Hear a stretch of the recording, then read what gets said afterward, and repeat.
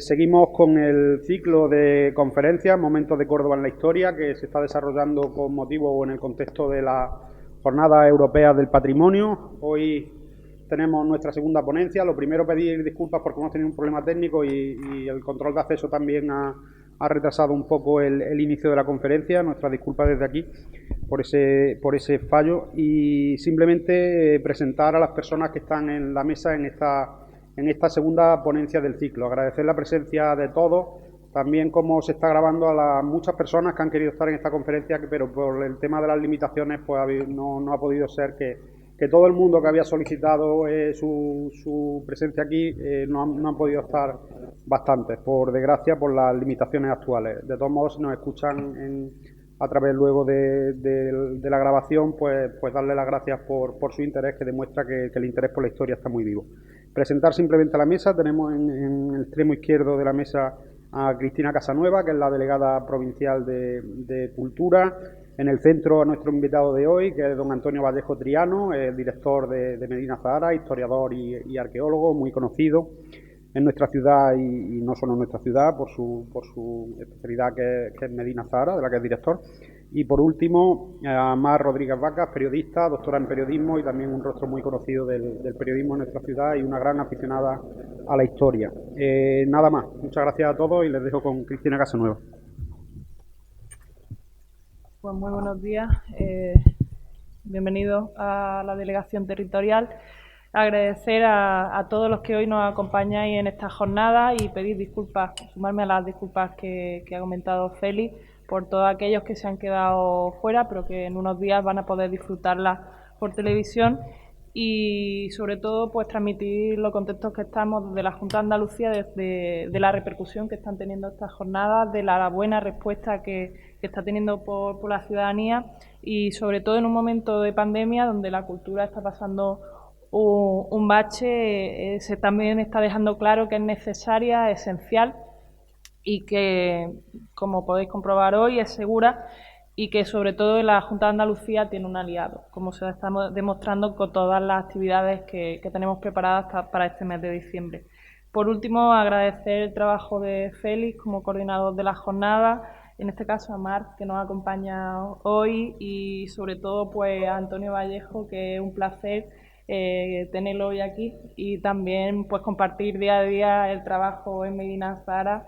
Y quiero también aprovechar pues este momento para agradecer todo el trabajo que está realizando en el conjunto arqueológico, tanto de restauración como en materia de investigación, como de nuevos proyectos que van a empezar a ver la luz en estos meses, y desde luego pues nuestro agradecimiento también desde la Junta de Andalucía a esa labor que está haciendo en un monumento patrimonio de la humanidad y además señero de Córdoba, ¿no? Así que muchísimas gracias por estar en esta jornada y la palabra, Mar. Muy buenos días a todos, delegada. Antonio, gracias por haber contado conmigo para presentar esta conferencia. Y bienvenidos todos a ella. Vamos a pasar un rato hablando sobre la Córdoba de Al-Ándalus. Después de una semana que ha servido de punto y aparte y digresión también de este ciclo de conferencias sobre los diferentes momentos de Córdoba en la historia, organizado en torno a las Jornadas Europeas de Patrimonio, continuamos hoy retomando el hilo del discurso donde lo dejó el sábado pasado Alberto Monterroso, quien nos habló de la Córdoba de los Séneca. En aquellos años, hace ya casi 2000 de aquello, Córdoba era una ciudad romanizada, rica y próspera, colonia patricia, como se llamaba, fue la capital de la provincia bética. Pero en esta ciudad se reconfiguró para adaptarse a la nueva sociedad que llegó tras la caída del imperio y la cristianización que todo lo inundó allá desde los siglos IV al VII. Córdoba se convertirá en Curtuba tras la conquista árabe del 717, y de esta manera, con la llegada de Abderramán I en el 756, la ciudad iniciará un nuevo y trascendental desarrollo urbano. Pero no es hasta la segunda mitad del siglo X cuando nos podremos encontrar con una ciudad completamente desconocida. La Córdoba califal sobrepasará la escala de todos los centros urbanos contemporáneos. El apogeo de la dinastía omeya coincidió con los gobiernos de Abderramán III y de Al-Hakem II, y la época de mayor esplendor quizá fue la correspondiente al Hakem II, entre 961 y 976. Fueron 15 años, marcados por una paz casi absoluta en el interior de Al-Ándalus y una total prosperidad que se reflejaba pues, en las grandes construcciones que tuvieron lugar en nuestra Córdoba, patrocinadas casi siempre por el Califato Omeya. La Córdoba de la época califal fue una ciudad con una población que pudo rondar entre 50.000 y 100.000 habitantes. Y esta población vivía en la Medina, es decir, dentro del recinto amurallado, donde se ubicaba la mezquita Al-Jama, la mezquita principal, y también el Alcázar de los Omeyas, y los arrabales que se fueron levantando fuera de estas murallas. Córdoba, la Córdoba del siglo X, fue, podríamos decir, una ciudad en obras. Debido al aumento de población se construyeron numerosas casas, jardines, alcázares, salones o pabellones, llenando todos los espacios libres que había dentro y fuera de la Medina. Dentro y fuera también de las murallas. Tanto que el camino entre Curtuba y la futura ciudad palatina de Medina Azara se pobló de construcciones. En la época de Al-Hakem II, esta Medina de la que hablamos tenía un trazado cerrado por la muralla, heredada de época romana, la que contaba con 7 puertas de acceso. Durante la noche estas puertas permanecían cerradas y estaban guardadas por porteros y guardianes. El núcleo de la ciudad giraba en torno a la mezquita Al-Jama y al Alcázar de los Omeyas, así como en torno al mercado principal de la ciudad.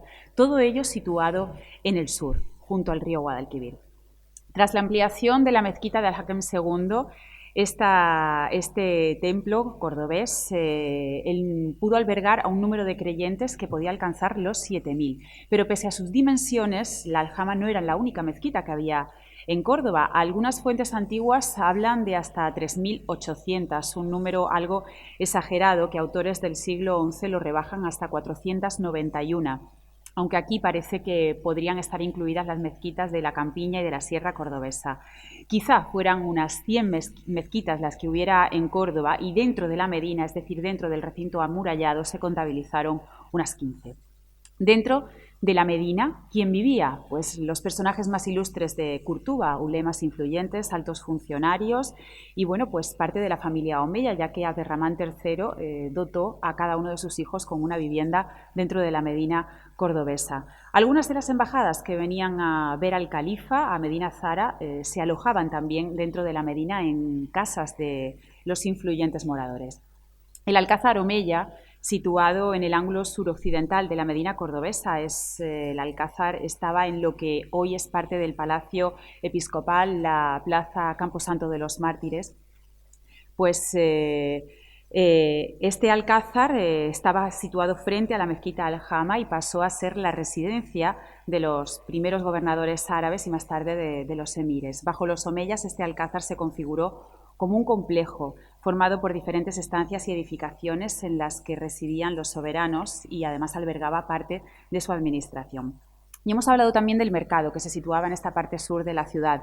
El zoco, que era el corazón de los intercambios sociales y materiales. Primero estuvo situado fuera de las murallas, en el arrabal de Secunda, al otro lado del río, pero una serie de revueltas hicieron que pues, se tomara la decisión de trasladarlo dentro de la Medina y bueno, pues junto a los muros occidentales del Alcázar. En la época de califal, el zoco estaba atravesado por una calle principal en torno a la que se disponían todas las tiendas. Allí era posible encontrar mercaderes que vendían tejidos incluso a 24 dinares, que era un precio muy alto.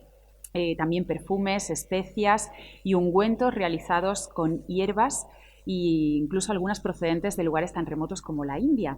En el zoco también estaban los peluqueros, los torneros, los madereros, mientras que los carniceros se disponían junto al río para poder desechar los desperdicios más fácilmente.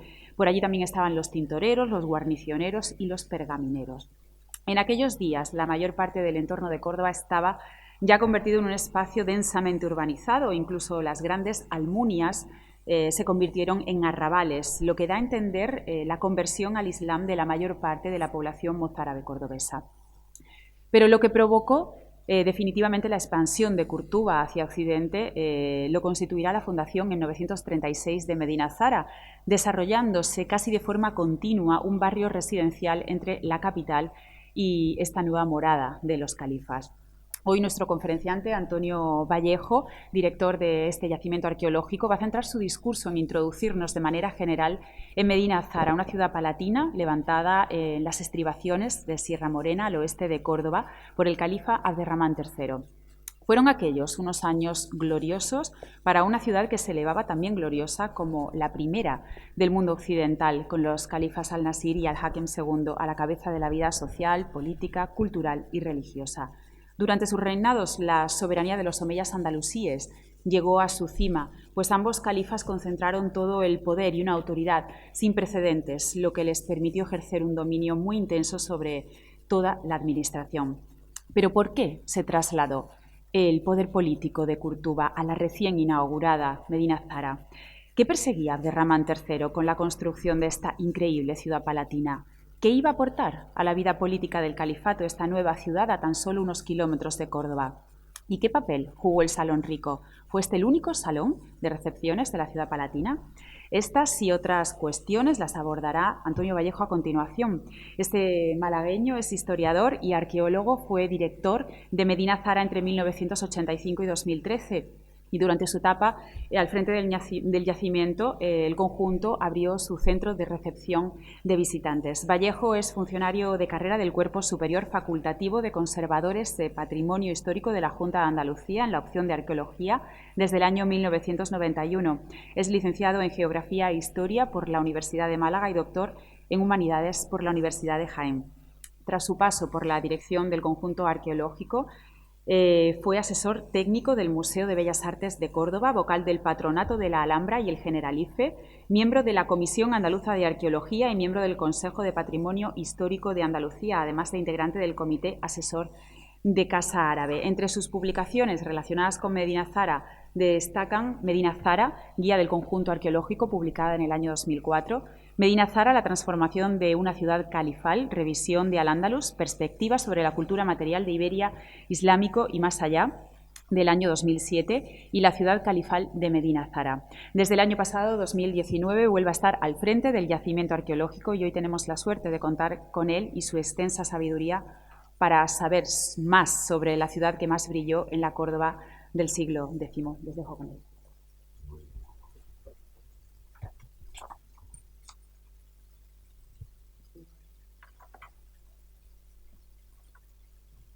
Bueno, buenas tardes ya. Muchísimas gracias primero por las palabras elogiosas de nuestra delegada de Cultura, de Cristina Casanueva, que realmente está uno sobrepasado, y luego también por las palabras cariñosas, por la presentación tan cariñosa que ha hecho Mar. Voy a comentaros efectivamente como ella ha introducido bien, yo creo, la charla, lo que yo quiero contaros, haciendo esas preguntas que pueden servir un poco para, pues, de hilo conductor, si queréis, o de arquitectura de lo que os voy a contar. Y lo empezaré diciendo que efectivamente en este ciclo sobre Córdoba en los momentos cruciales de su historia, en este devenir histórico de Córdoba, el siglo X, desde luego, sin duda, es el momento de mayor apogeo político, urbanístico, arquitectónico y yo me atrevería a decir, sin duda, científico también, de la ciudad, a pesar de las grandes aportaciones de este siglo XX, de una universidad señera en muchísimos aspectos, pero creo que el siglo X constituye un fogonazo de conocimiento, un fogonazo de ciencia, en unos momentos donde el mundo que conocemos por la actual Europa, pasaba unos momentos realmente sombríos. Si el siglo I en la historia de la ciudad de Córdoba significa la fundación, el siglo X sin duda es el de la creación de un nuevo modelo de urbe, una nueva megápolis, con múltiples centros, con distintos centros, en la línea de los grandes conjuntos urbanos de Oriente, como Samarra, como Bagdad o como incluso el Cairo. El hecho trascendental que marca la evolución política del siglo X va a ser, sin duda, la proclamación del califato en el año 929 y íntimamente relacionado con ella la edificación de una nueva ciudad como sede del Estado y expresión del nuevo orden político. La construcción de Medina Azara en el año 936 supuso un cambio radical tanto en la fisonomía del territorio cordobés como en la vida política de Córdoba. En cuanto al territorio cordobés, este territorio se vio profundamente modificado por la construcción de Medina Zara en un doble sentido. El primero porque por la cercanía a Córdoba, Medina Zara se convirtió en el referente hacia el que se extendió toda la aglomeración cordobesa, como han mostrado las excavaciones de las últimas décadas, propiciando además un extraordinario tejido urbano perfectamente planificado, perfectamente ordenado, que hoy nos sigue asombrando cuando vemos las imágenes de ese tejido.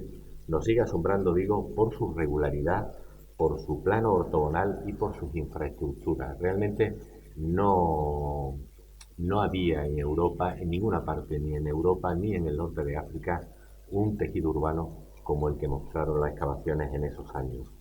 Y decía también que modificó la construcción de Medina Zara el territorio de Córdoba porque la ciudad generó un conjunto de infraestructuras y de asentamientos que realmente produjeron esa modificación.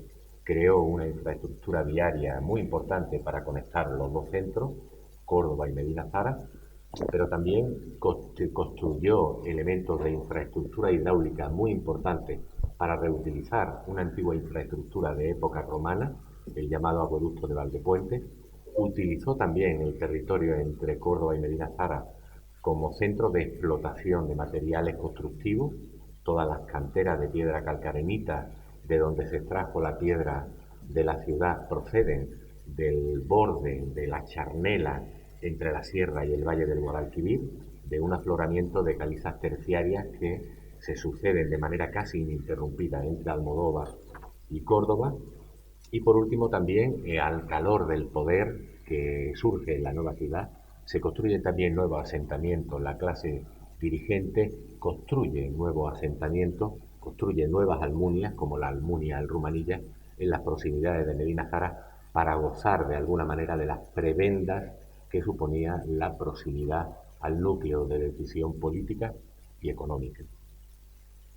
Pero también decía que la nueva urbe supuso un cambio radical en la vida política del Estado omeya y en la vida política de sus instituciones y por tanto también en la vida política de Córdoba. Las investigaciones nos dicen, hoy ya sabemos que ambas ciudades, Córdoba y Medina Zara, compartieron obviamente el mismo proyecto político de asumir la capitalidad del Estado y por tanto que no hubo, al menos en sus inicios, un intento de suplantación de una ciudad por otra. Es decir, Medina Zara no nace con la idea de suplantar a Córdoba en sus inicios. No quiere decir que si este proyecto no hubiera colapsado a comienzos del siglo XI, hoy estaríamos en otra situación y los cordobeses estarían naciendo en la proximidad de Medina Zara y Córdoba sería un barrio de Medina Zara. Eso es el modelo que ocurre en otras ciudades en otras megápolis de doble centro, donde el proyecto político no colapsa y donde termina desarrollándose la nueva capital y la capital preexistente termina siendo con el tiempo un barrio de la nueva. Decía que a pesar de que no hay en sus orígenes un intento de suplantación de una ciudad por otra, lo que sí hay es un claro reparto de papeles y de funciones entre una ciudad y otra. ¿Qué mantuvo Córdoba? Córdoba mantuvo la hegemonía religiosa, de manera que las ampliaciones más importantes de la mezquita Al-Jama se produjeron justamente durante el califato. Recordar la ampliación de Abderramán III en el patio de la mezquita y la construcción del alminar, la ampliación de Al-Hakam II con la zona que más nos maravilla, con el mihrab, ese fantástico, soberbio, lleno de mensajes, de simbología, lleno de belleza también, y la enorme ampliación de Almanzor a lo largo de todo el costado oriental de la mezquita ya construida. Por tanto, Córdoba mantuvo la hegemonía religiosa, retuvo también la función de necrópolis dinástica, de manera que los califas siguieron enterrándose junto a sus ancestros en la rauda del Alcázar de Córdoba, no en Medina Zara. Murieron en Medina Zara, Abderramán III, pero vino a enterrarse en la rauda del Alcázar. Aquí estaba el cementerio, la necrópolis dinástica. Preservó también Córdoba sus instituciones de gobierno urbano, que fueron prevalentes en esa duplicidad de instituciones de gobierno urbano, las instituciones de Córdoba fueron prevalentes sobre las de Medina Zara. El Sajid al-Madina, de alguna manera lo que podríamos denominar el gobernador de la ciudad de Córdoba, fue prevalente sobre el gobernador de la ciudad de Medina Zara. Y así aparece en el protocolo, donde el de Córdoba se sitúa a la derecha del califa y el de Medina Zara se sitúa a la izquierda del califa, en un rango jerárquico muy claro que las fuentes precisan. Y preservó también Córdoba algunas manufacturas del Estado, como la producción de tejidos de lujo, que había sido creada por Abderramán II en el siglo IX y que siguió residenciada en Córdoba. La famosa Dar al-Tiraz, la gran industria de tejidos de lujo, que va a ser algo realmente una marca de distinción de este califato. ¿De qué se vio privada Córdoba con la construcción de Medina Zara? Pues Córdoba se vio privada, por un lado, de la residencia permanente del califa, de la familia califal en sentido estricto. ¿Qué es la familia califal en sentido estricto? El califa, el príncipe heredero y las mujeres del harén. Todo eso se transfiere a la nueva ciudad. También se vio privada Córdoba de todo el aparato político-administrativo del Estado, cuyas instituciones se transfirieron a la nueva ciudad y, lo que es más importante, se centralizaron en la nueva ciudad bajo la directa supervisión del califa, algo fundamental. Córdoba se vio privada también de la ceca, de la casa de acuñación de moneda, que era un monopolio exclusivo del califa y por tanto acompaña al califa en ese traslado a la nueva ciudad. Córdoba también se vio mermada, se vio privada de la actividad industrial del Estado, representada en los grandes talleres oficiales de productos de lujo, de joyería y metalistería, del trabajo de los marfiles, de las piezas de decoración arquitectónica. Toda esa industria de objetos suntuaria, de objetos de lujo, se transfirió a la nueva ciudad, donde se transfirió también una parte de la industria militar, de la fabricación de objetos de guerra. ¿De qué se vio privada también Córdoba? Se vio privada de las tropas de acantonamiento permanente del ejército, que se instalaron en la nueva ciudad. Y por último, Córdoba se vio privada de manera fundamental del centro ceremonial y de la sede de representación política del Estado, que se trasladaron y se residenciaron en Medina Zara. Pues bien, todas estas funciones adquirieron en Medina Zara una dimensión monumental y un boato no vistos con anterioridad en el Mediterráneo, y además se materializaron a través de una arquitectura no conocida hasta ese momento en Al-Ándalus. También se produjeron cambios muy importantes en la población del palacio, pues irrumpieron de una manera y en un número tampoco vistos con anterioridad los sacálibas, los esclavos. Por una parte, los sirvientes dedicados al servicio personal del califa y del heredero, a las tareas domésticas y a las tareas de intendencia, es decir, al mantenimiento, a las tareas que implica el mantenimiento de toda esa estructura física, de los jardines, de los edificios, etcétera. Digo que se produce un cambio en la población del palacio con la irrupción de este personal sirviente, en un número que alcanzaron ahora en Medina Zara, un número tampoco imaginado con anterioridad. Las fuentes hablan de 3.700 domésticos sirvientes en el Alcázar de Medina Zara y de 6.300 mujeres en el harén, incluidas las esclavas.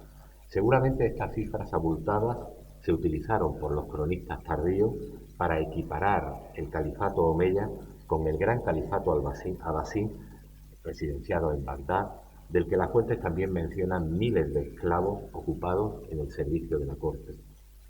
Pero también un número importante de estos esclavos ya manumitidos, es decir, ya liberados por su dueño, constituyó un nuevo grupo de poder que alcanzó altas cotas de gobierno y que va a tener un papel trascendental en la historia posterior de Al-Ándalus.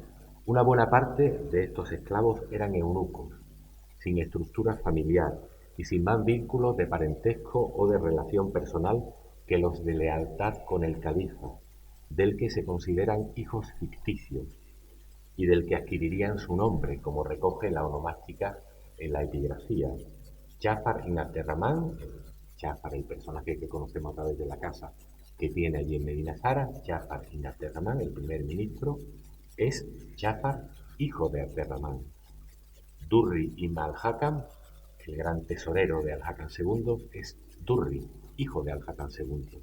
Son hijos ficticios, porque sus propietarios eran los califas y cuando lo liberan pasan a ocupar estos cargos importantísimos en la administración del Estado. Estos esclavos, decía, ocuparon estos altos cargos, de aquí que los denominemos altos funcionarios del Estado. Fueron haji, primer ministro, pero también visires, tesoreros y responsables de multitud de oficinas y de servicios administrativos y de jefaturas de intendencia palaciega. La arqueología, de la misma manera que nos ha permitido identificar la residencia del califa y la residencia del príncipe heredero, también nos ha permitido identificar los lugares de residencia y de trabajo de los miembros más cualificados de este grupo, de estos esclavos, de estos antiguos esclavos, tanto de los dedicados a la administración, como Jafar, como los dedicados a las tareas de intendencia doméstica.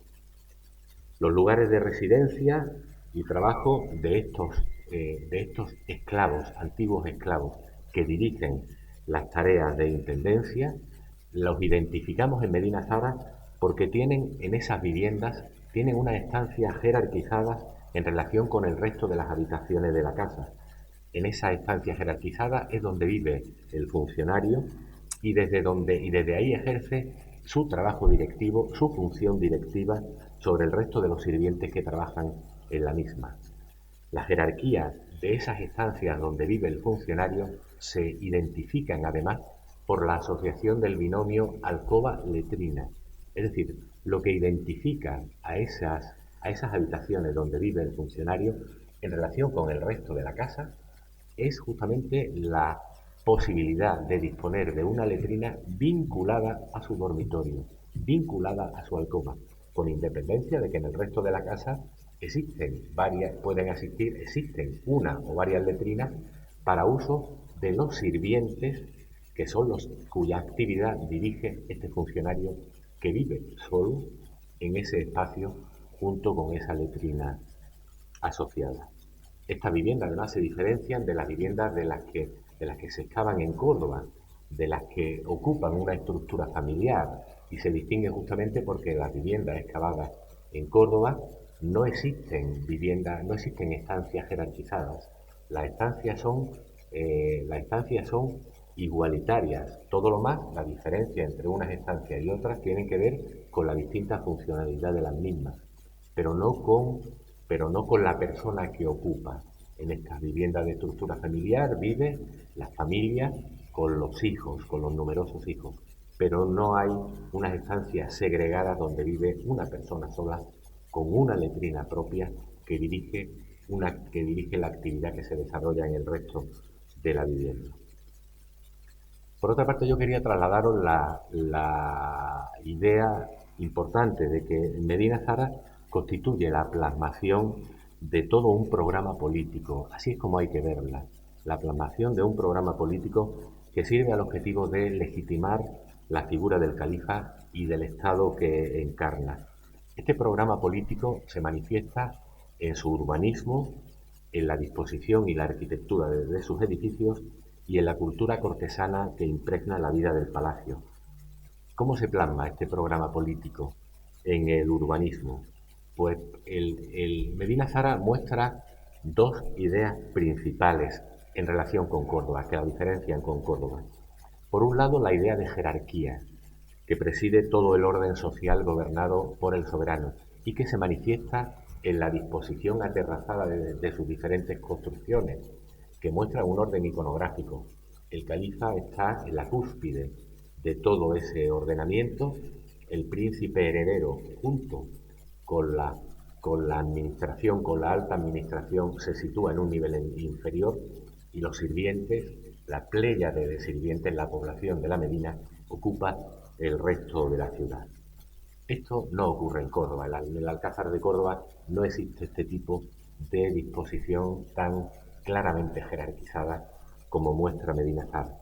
Y el otro elemento que muestra también el urbanismo de Medina Zara es la subordinación del elemento religioso frente al poder político, expresado a través del papel secundario y marginal de la mezquita de Medina Zara en relación con el palacio. Si tuviéramos delante el plano, veríamos cómo la mezquita de Medina Zara es una mezquita muy pequeña frente a la monumentalidad, la grandiosidad del palacio, frente, digo, al protagonismo y a la monumentalidad de la mezquita Aljama de Córdoba en el conjunto urbano de Córdoba. Si tuviéramos el plano de Córdoba, veríamos una mezquita impresionante en ese contexto urbano y un alcázar relativamente pequeño en relación con ese mismo conjunto urbano.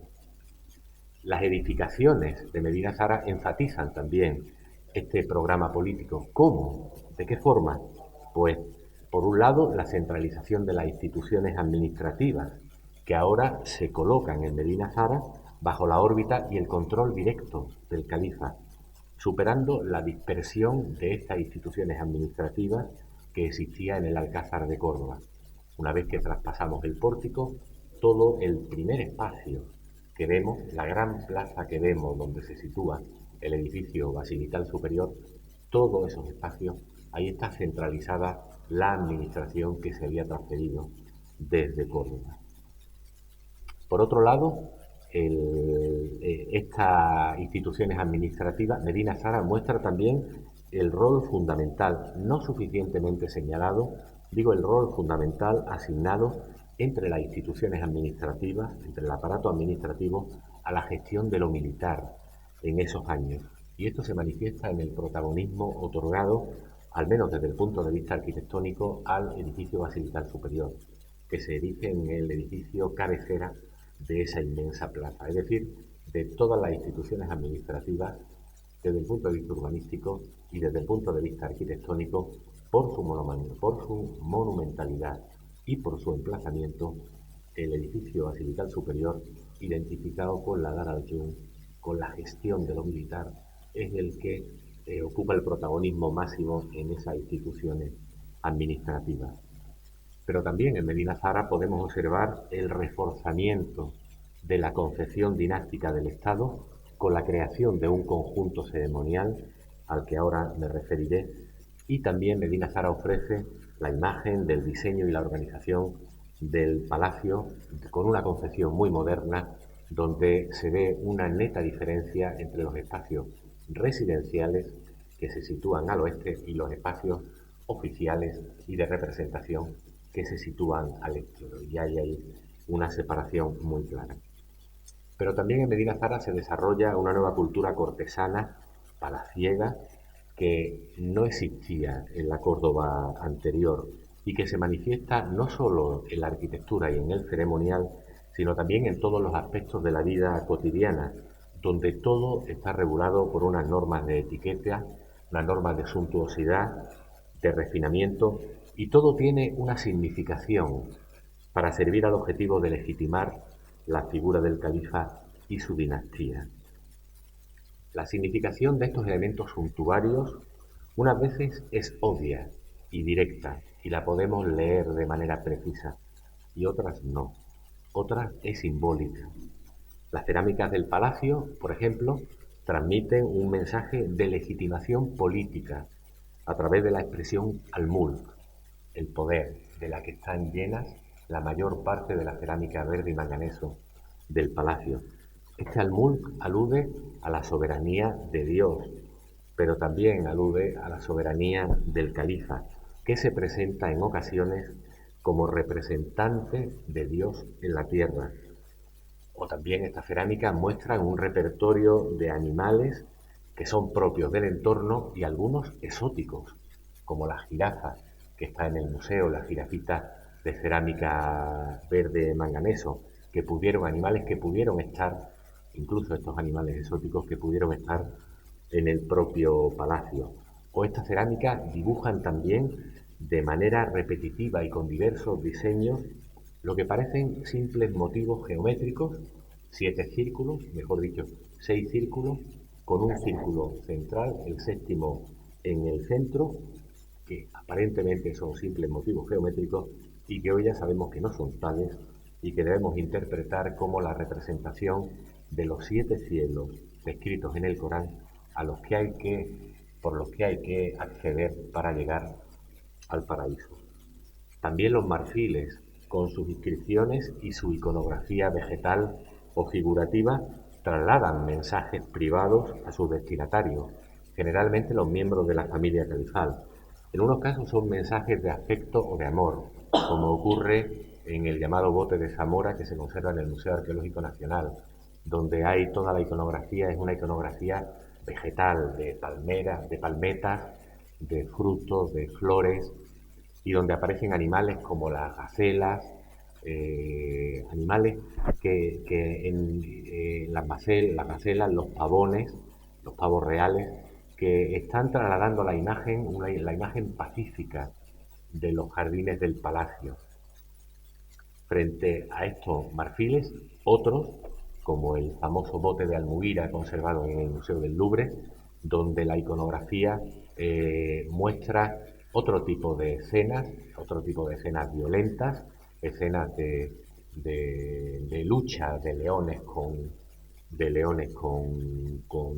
toros, de leones con gacelas, con rumiantes y otro tipo de escenas que algunos investigadores que han trabajado sobre este marfil señalan que debe leerse como una advertencia política del califa Al-Hakam II a Al-Mughira, al príncipe Al-Mughira, que es el destinatario de ese regalo, el destinatario del bote, hermano del propio Al-Hakam II, para que no interfieran en la designación de Hisán II como futuro califa. La vestimenta constituye también un elemento de honor que el califa regala frecuentemente a sus allegados, la palabra muy utilizada en estos días, a sus allegados y a sus aliados, de manera que quien porta estos vestidos califales, fabricados en Córdoba, decíamos que la Dar Al-Firaz, la fábrica de tejido no se movió, no se trasladó a Medina Zara, decía que de manera que quien porta estos tejidos con inscripciones a nombre del califa está manifestando su lealtad y su pertenencia a la estructura de poder del califato. Los programas políticos, los programas decorativos de los edificios trasladan también estos mismos mensajes, aunque algunos nos resulten de difícil y compleja interpretación, como por ejemplo los materiales romanos reutilizados, especialmente los sarcófagos, que fueron empleados como pilas en el centro de los patios y que han sufrido un proceso de resignificación que por el momento se nos escapa. Más allá de la admiración por la cultura clásica de los califas omeyas, que está constatada también en Oriente y en Al-Ándalus, en muchísimas manifestaciones, más allá de esta admiración por la cultura clásica, cabe preguntarse qué papel cumplían estas piezas en los edificios en los que se emplazaban. Recordad que uno de los sarcófagos representa la escena de Meleagro y la caza del jabalí de Calidón. Realmente conocían ellos la significación de esta escena principal narrada en este sarcófago, sabían que se trataba de un héroe mitológico, Meleagro cazando un monstruo, el jabalí de Calidón, o realmente están viendo en estas escenas, quieren interpretar estas escenas de acuerdo con otra significación y de acuerdo con otros intereses. No sé. En cuanto a la arquitectura, la novedad más importante y espectacular que ofrece Medina Zara desde el punto de vista urbanístico, arquitectónico, decorativo y ambiental es la construcción de lo que podemos denominar el centro ceremonial del califato omeya. La construcción de este centro es también lo que mejor expresa la ideología, o si queréis, lo que mejor expresa el programa político, volvemos de nuevo al programa político de los omeyas, el programa político del califato. ¿Por qué hablar de conjunto ceremonial, conjunto centro ceremonial?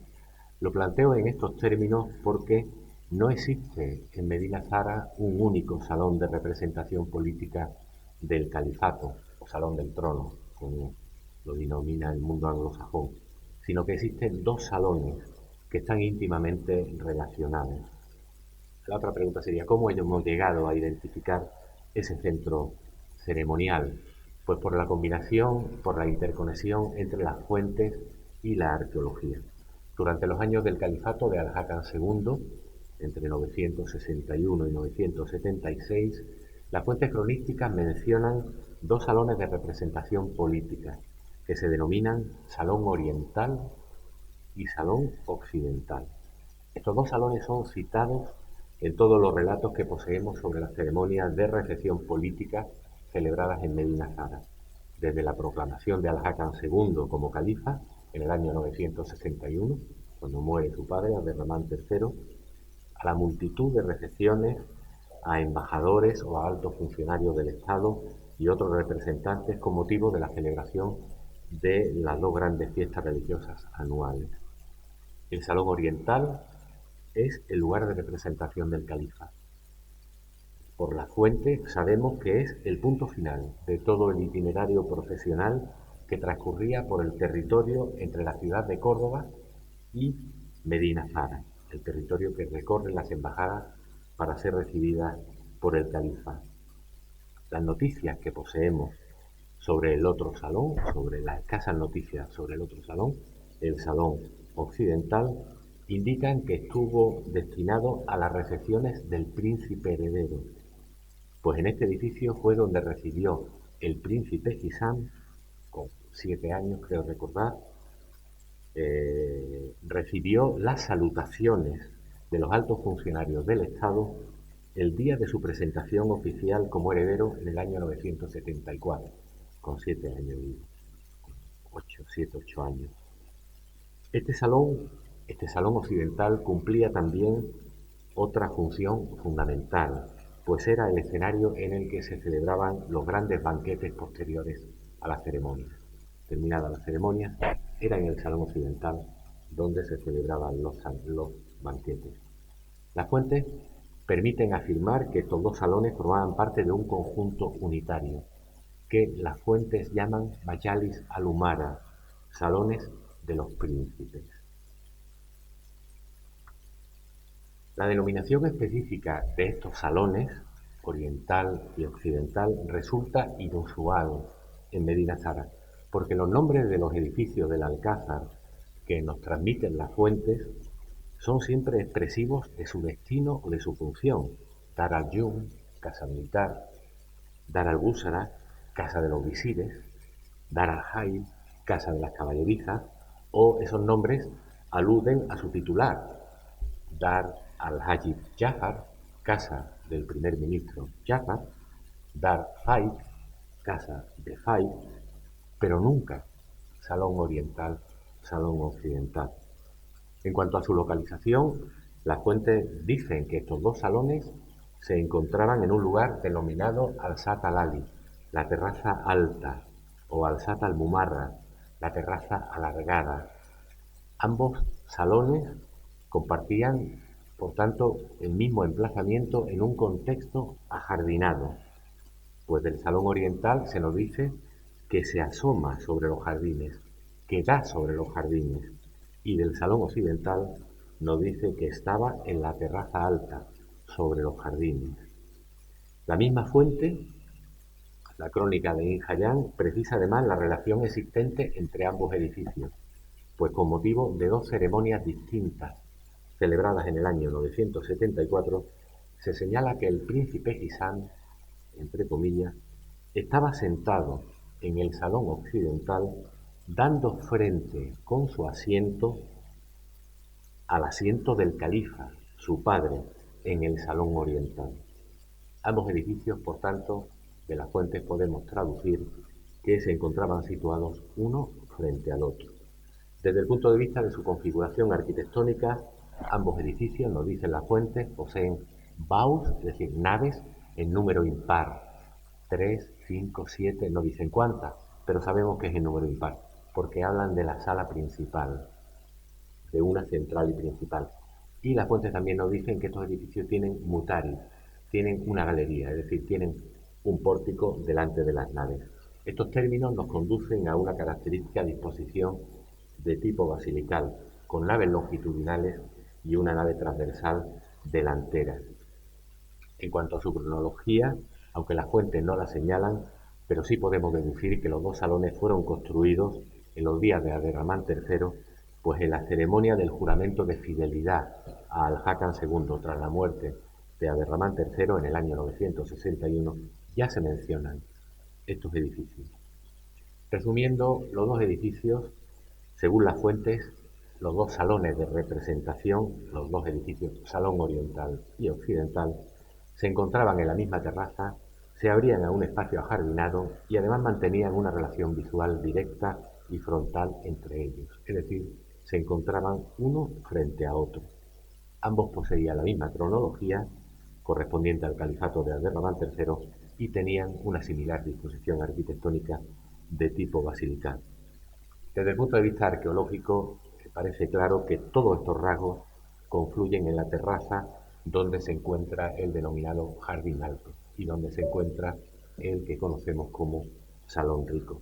Esta terraza, donde está el Jardín Alto, constituye una gran explanada horizontal que es excepcional en la configuración urbanística y topográfica de Medina Zara por muchas razones. La terraza fue concebida como un podio sobre la ciudad y el territorio, sostenido por potentes muros, que podemos ver desde las terrazas superiores, vemos los potentes muros sobre los que está sostenida esa inmensa terraza del Jardín Alto. Y esa terraza además ha constituido un referente fundamental en la imagen urbana de Medina Zara, tanto en su fase de vida como en la fase ya de su abandono y de destrucción. En esos momentos posteriores, todavía los cronistas en el siglo XV, en el siglo XVI, hablan de esa potente terraza de calle en medio de la ciudad, una plaza sostenida por unos potentes muros.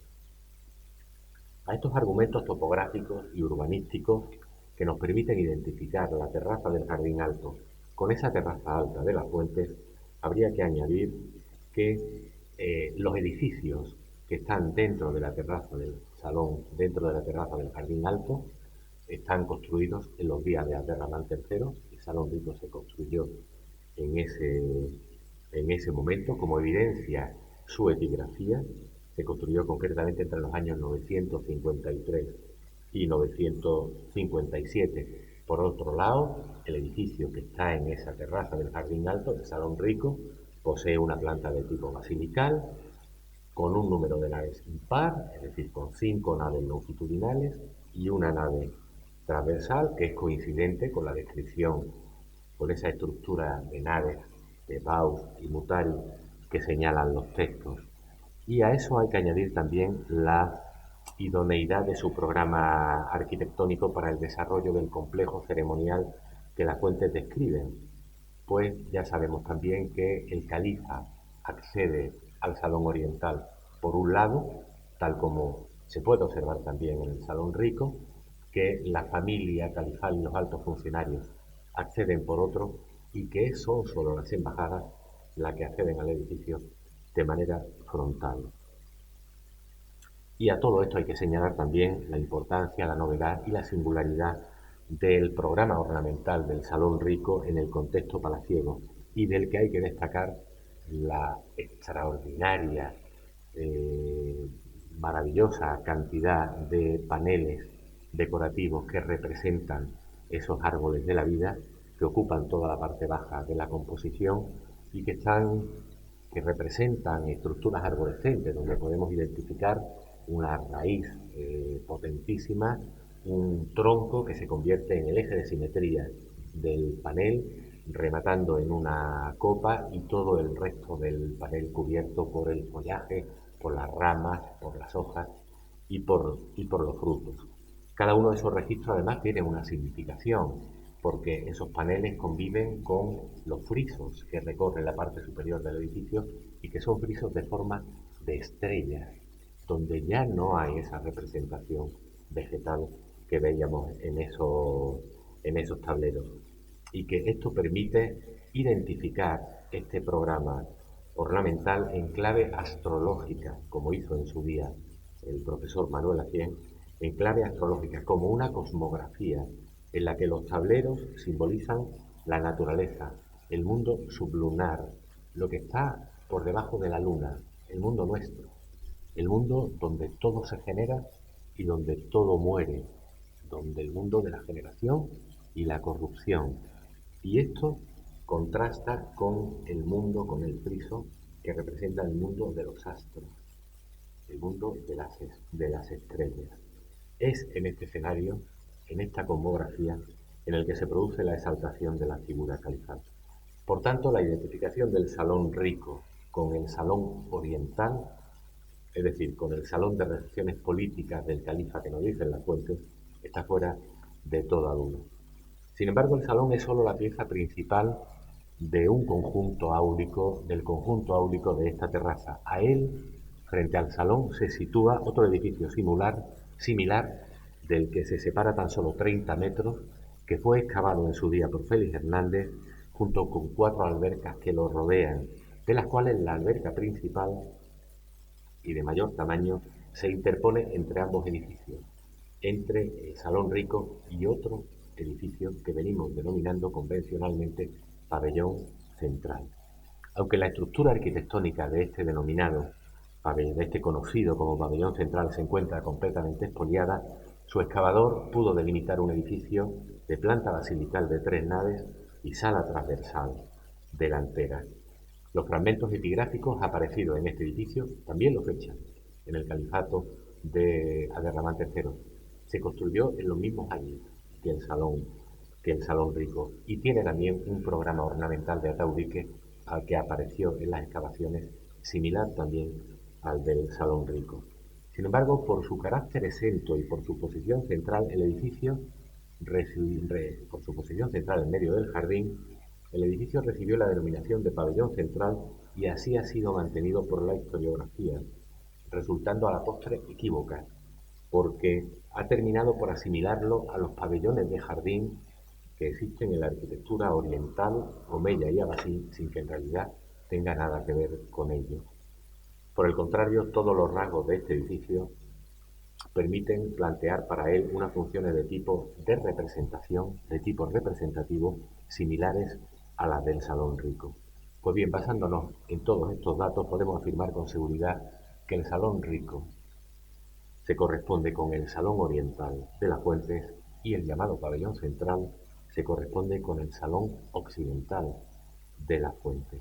Este Salón Occidental habría sido construido por el califa Abderramán III para que su hijo y heredero, Al-Hakam, participara en las mismas ceremonias que el padre y recibiera un tratamiento adecuado a su condición de heredero y futuro califa.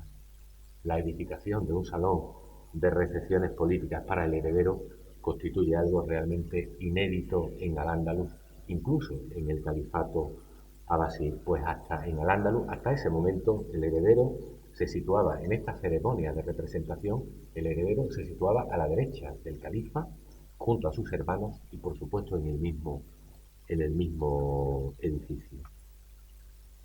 En mi opinión, la construcción de este salón para el heredero debe situarse en el contexto de la necesidad de consolidar el califato omeya, de manera que Abderramán III dejó patente de un modo rotundo e inequívoco el carácter fuertemente dinástico y familiar del nuevo régimen, con la construcción frente al suyo de un salón de recepciones políticas propio para su sucesor.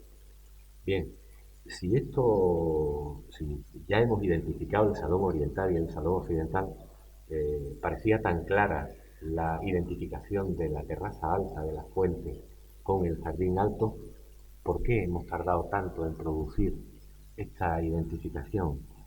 La dificultad de realizar hasta el momento estas identificaciones concretas derivaba de la imposibilidad de conciliar las denominaciones geográficas que dan las fuentes para esos salones, oriental, occidental, con unos edificios como el Salón Rico y el Pabellón Central que se encuentran en el centro geométrico de la ciudad y que además se orientan en sentido norte-sur. Así las cosas, planteamos hace unos años la posibilidad de que los términos oriental y occidental sean polivalentes y expresen una idea que no alude necesariamente al emplazamiento geográfico, sino que tengan una significación simbólica, alegórica. y que esta significación además debe situarse en el contexto de la competencia con el califato fatimí, con el califato rival, con el que los omeyas están en pugna. Las aspiraciones de conquista de las tierras del este y del oeste constituyen un tema central en la doctrina fatimí. Esta ambición de dominio terrenal aparece claramente expuesta por todos los altos funcionarios y los califas fatimíes como uno de los puntos principales de la acción política del baptismo de los fatimíes. Él, el Mahdi, el califa fatimí, el fundador de la dinastía fatimí, dicen los textos, conquistará las tierras del este y el oeste del mundo. Esta proclama fue repetida hasta la saciedad a lo largo del siglo X en la corte fatimí y aparece ya desde el momento inicial de la fundación de ese califato en el año 910. Fue recogida en la poesía escrita por el príncipe heredero fatimí Abul Qasim desde el año 914, desde una fecha muy temprana, quien profetizó la victoria de los fatimíes, la victoria de su dinastía sobre el este y el oeste. Dios conquistará para nosotros el este y el oeste, dice el califa fatimí.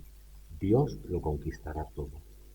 En el contexto de la competencia política, ideológica y militar del califato omeya con el fatimí, la propaganda irradiada desde Córdoba hizo explícita también la reivindicación de la herencia de sus antepasados, elaborando un discurso propagandístico que constituye la réplica detallada, punto por punto, de la propaganda política fatimí.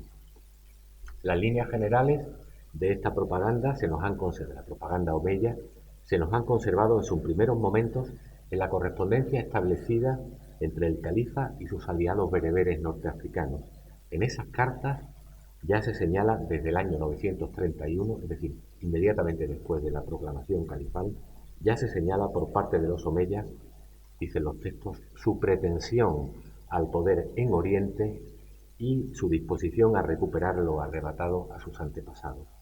Los jefes bereberes, que eran los principales destinatarios de esa propaganda, se hicieron eco de estas proclamas, ofreciendo toda su ayuda, dice en las cartas, hasta que Dios abra al califa omeya, el oriente de la tierra y su occidente, y llegue su dominio hasta el extremo de Irak. Esta idea de extender el poder sobre la totalidad del orbe nutrió también la poesía política recitada en el Salón Oriental, como se muestra, como tenemos por multitud de textos.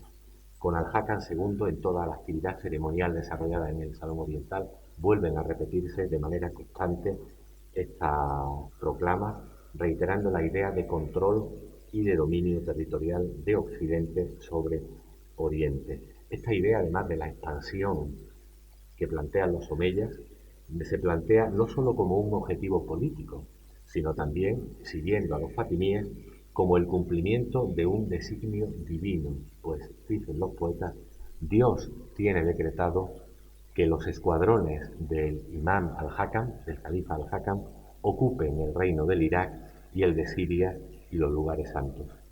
Oriente y Occidente son, por tanto, la fórmula empleada para expresar la totalidad del mundo islámico. La utilización simbólica de estos términos como manifestación de la idea del orbe completo aparece ya en el Corán y se refiere a Alá, del que se dice en unas ocasiones, de Dios son el Oriente y el Occidente, y se presenta en otras como Señor del Oriente y del Occidente, es decir, como dueño y Señor del mundo.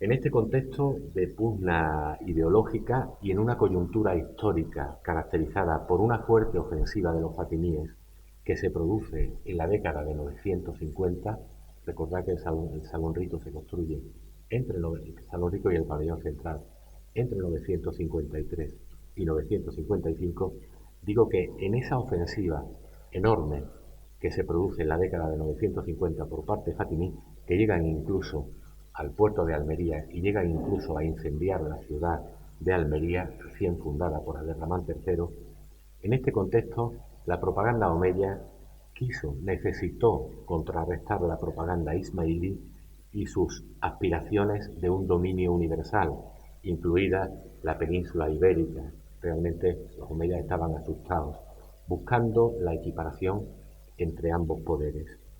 Desde esta perspectiva, las denominaciones de los edificios de representación política de Medina Zara, Salón Oriental, Salón Occidental, formarían parte también de esta contestación ideológica omeya, al situarse con ellos en el mismo plano de reivindicación de dominio universal que sus adversarios. La terraza del Jardín Alto se encuentra en su conjunto, por tanto, cargada de una significación simbólica que puede ser considerada ambivalente, a la vez política y religiosa. Religiosa porque remite a la idea coránica de que Dios es el Señor del Oriente y del Occidente. Política porque los dos salones que lo componen, así denominados, constituirían la expresión simbólica de las aspiraciones del califato omeya sobre las tierras del Islam, sobre el este y el oeste. Una representación utópica del mundo, en definitiva, que se desearía someter a través de un microcosmos dominado por el califa y su heredero dinástico. Muchas gracias.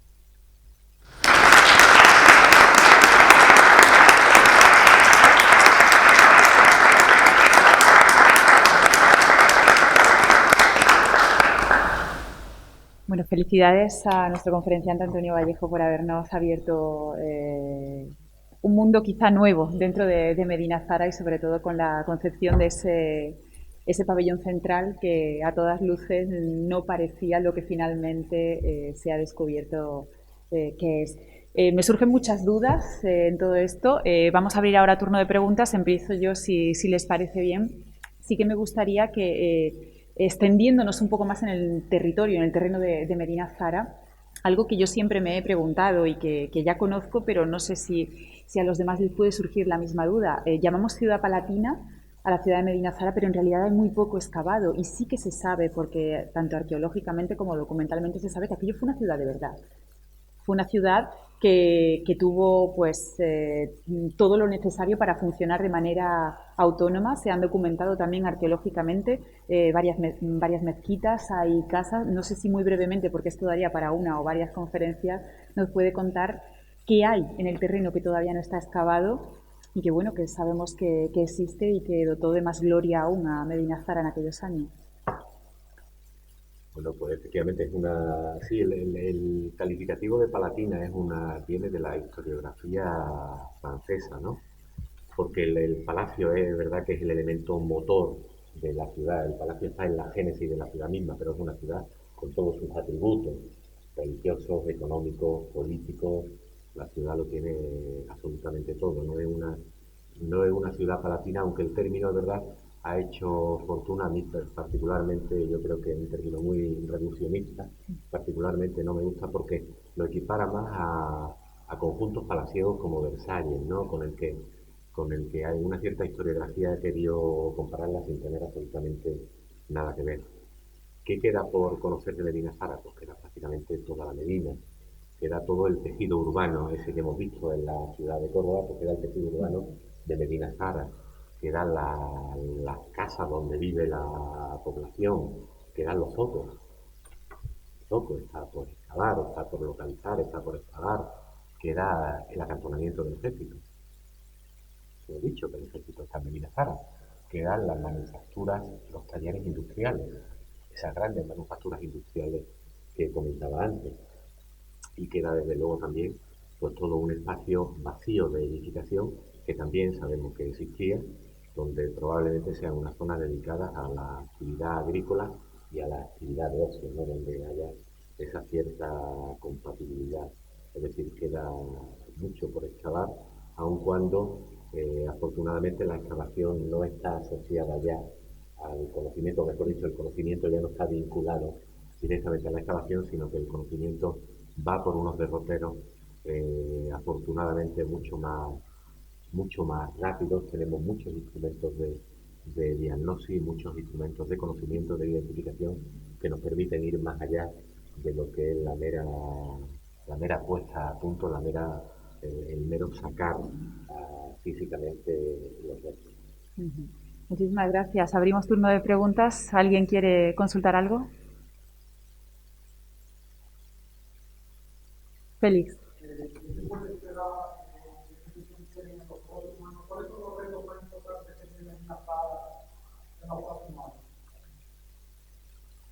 Pues Medina Zara tiene varios retos.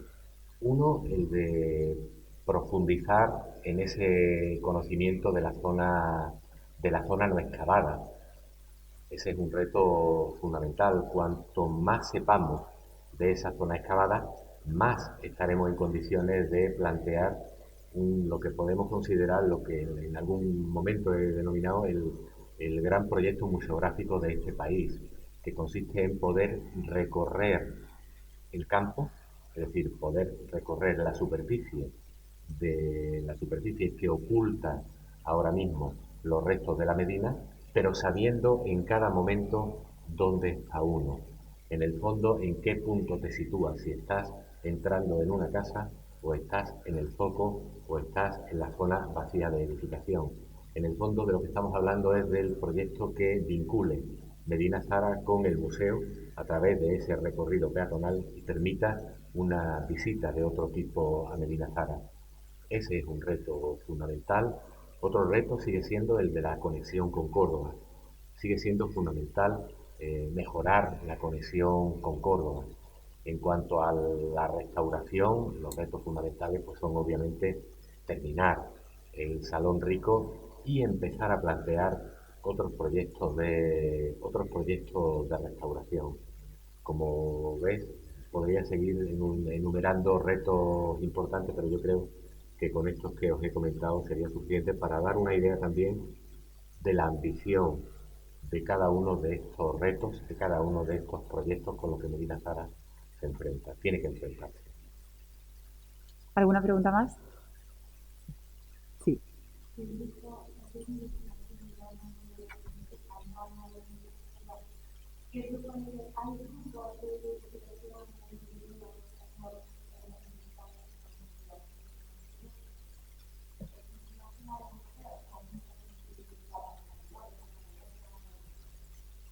Bueno, trabajando sobre Medina Zara hay varios grupos de investigación, unos de manera directa, como son, por ejemplo, el Instituto Arqueológico Alemán y la Universidad de Córdoba, que se va a incorporar el año que viene en un nuevo proyecto de investigación sobre Medina Zara.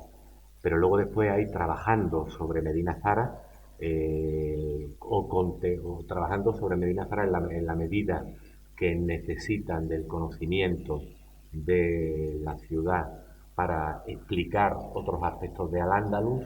Está trabajando desde la Universidad de Jaén hasta el Consejo Superior de Investigaciones Científicas y otros centros de investigación. ¿Alguna pregunta más? Bueno, pues entonces yo para terminar sí que me gustaría preguntar, el Salón Rico, ¿para cuándo? Que hemos hablado de esa restauración, ¿hay una fecha prevista? ¿Cuándo va a poder estar de nuevo abierto al público?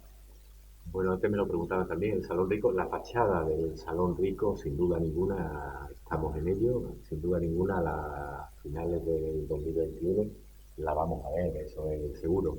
Otra cosa es el interior, porque el interior tiene otra casuística distinta, pero sin duda la fachada del Salón Rico en el 2021 la vamos a ver terminada. Eso será fantástico. Sí, desde luego, sin duda ninguna, porque además es el elemento más desconocido también en el interior. Tenemos restaurado todo el paño occidental, luego digamos que ya podemos imaginar que el paño oriental repite la misma disposición, pero la fachada por el momento es el elemento más novedoso del edificio en este momento. Pues aguardaremos con expectación que llegue ese momento. Dejamos la conferencia de hoy por aquí. Agradecemos la presencia de la delegada territorial de Cultura de la Junta de Andalucía, Cristina Casanueva. Por supuesto, a nuestro conferenciante Antonio Vallejo, que nos haya pues abierto la luz sobre las últimas investigaciones realizadas sobre Medina Azahara. Y bueno, y a todos ustedes agradecerles que hayan estado con nosotros y emplazarles al próximo sábado a la misma hora, 12:30. El historiador y escritor José Calvo Pollato disertará sobre la Córdoba de los Reyes Católicos. Gracias por haber estado con nosotros.